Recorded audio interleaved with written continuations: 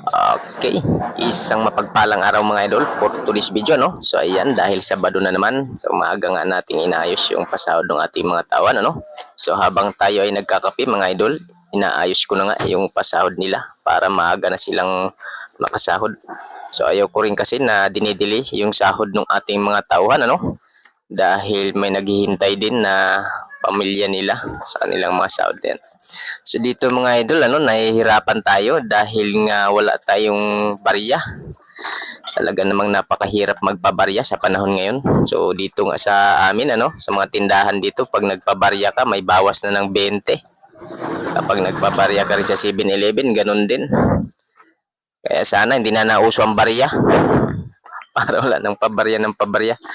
So yan mga idol, kung napapansin nyo, bali yan, medyo marami-rami yung ating pasasahurin ngayon dahil nga mayroon tayong dagdag na manpower, may dalawa tayong nadagdag, kaya umabot na ng 44,000 yung ating pasahod ngayong araw. Tuwing Sabado mga idol, ganyan yung aking ginagawa. So kapag hindi ko nagawa sa gabi, yung payroll ginagawa ko sa umaga, So kaya kung papansin nyo, madilim pa yung paligid. So ginagawa ko na yung pasahod mga tao. Kasi medyo malayo-layo din kasi yung bahay ko. Kaya minsan inagahan ko na para naman pagdating ng site, tamang-tama mga tanghali, mapasahod na natin sila.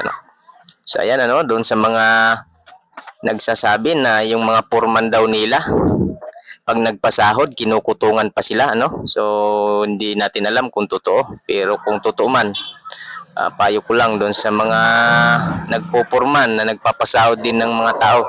So wag niyong gagawin yan. Dahil akala nyo nakalamang kayo, pero sa taas, hindi kayo nakakalamang. Walang umaangat pagdating sa pagdating sa pagiging mapanglamang. Kaya kailangan pantay. Hindi natin pwedeng bawasan yung sinasahod ng ating mga tauhan dahil yan ay pinaghirapan nila yan. Bawat patak ng pawis dyan ay piso. Kaya yan, So payo ko lang doon sa mga foreman, ibigay ng tama yung para sa mga tao. Huwag natin bawasan. Kung maaari, bilhan mo pa sila ng alak para mapainom. So yan mga idol, sa tagal ko na rin humawak ng tao, kahit minsan wala akong ginugulangan na tao. Dahil ayaw kong sa maliit na halaga may masasabi yung mga tao na mukha tayong pera, So huwag tayong masyadong magpadala sa pera kasi ang buhay natin ay hindi kayang anuhin ng pera.